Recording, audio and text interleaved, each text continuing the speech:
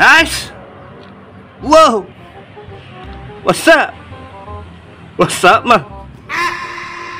Ni guys. Geng apa ni Deng? Geng sabit, 3 batang sabit Deng. Wah. Geng guys. Ni geng ni mah Adeng bawa ni mah. Deng, mari mana geng ni Deng?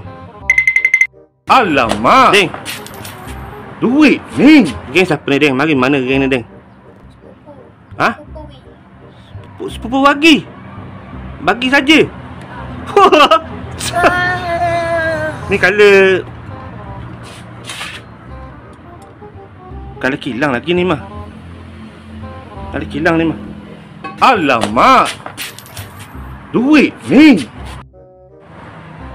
Wah guys, angka pantang lah mah kalau jual ring sabit ni mah. Tu, ni dia nak jual. Nak jual kau eh? Wow, guys. Alamak. Duit ni. Berapa nak jual Deng? Segang ke Deng? Ha? Ikut Deng. Ikut angka Deng. RM10 boleh Deng? Ring belok tak Deng? Ha? Tak lagi. Tak apalah, ketes ha, ketes. Okey kena. Okey ni belok dah ni mah. Dah. Cuba dengar ke.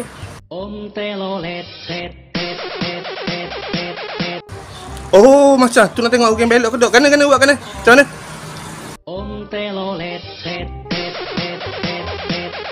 Oh, dia bunyi, ada bunyi. Okey dah mah.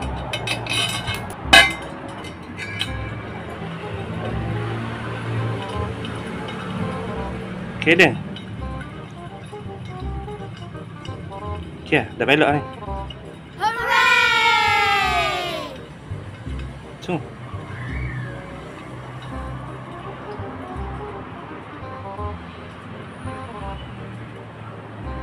Okey.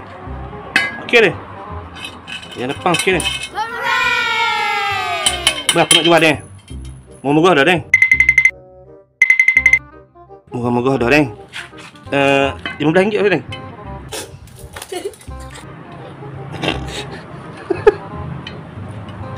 Ada ke RM15 guys. Apa. Sekejap lagi deh. Kena test sekejap deh.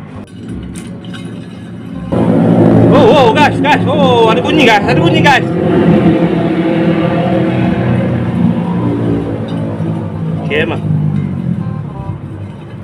Tak elok ah. Okey. Oh, guys. Kisah yang sedih guys.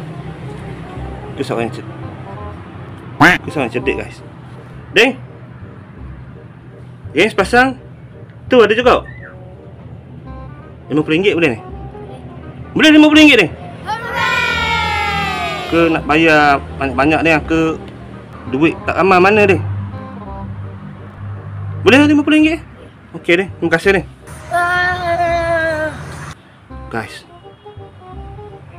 Rugi tak angka ni. Weh guys. Rugi tak angka ni mah. Rugi tak angka ni mah. Pering tak ada tu mah. Rugi tak angka ni mah. Boleh dah mah. RM50 mah. Boleh dah mah. Okey dah mah. Nak ada jackpot tu tak lama. Kalau jackpot mah RM5 mah. RM5 jackpot mah. Free lagi jackpot mah. Okey guys. Sip. Kasih ang. Terima kasih ang. Rugi tak angka ni mah.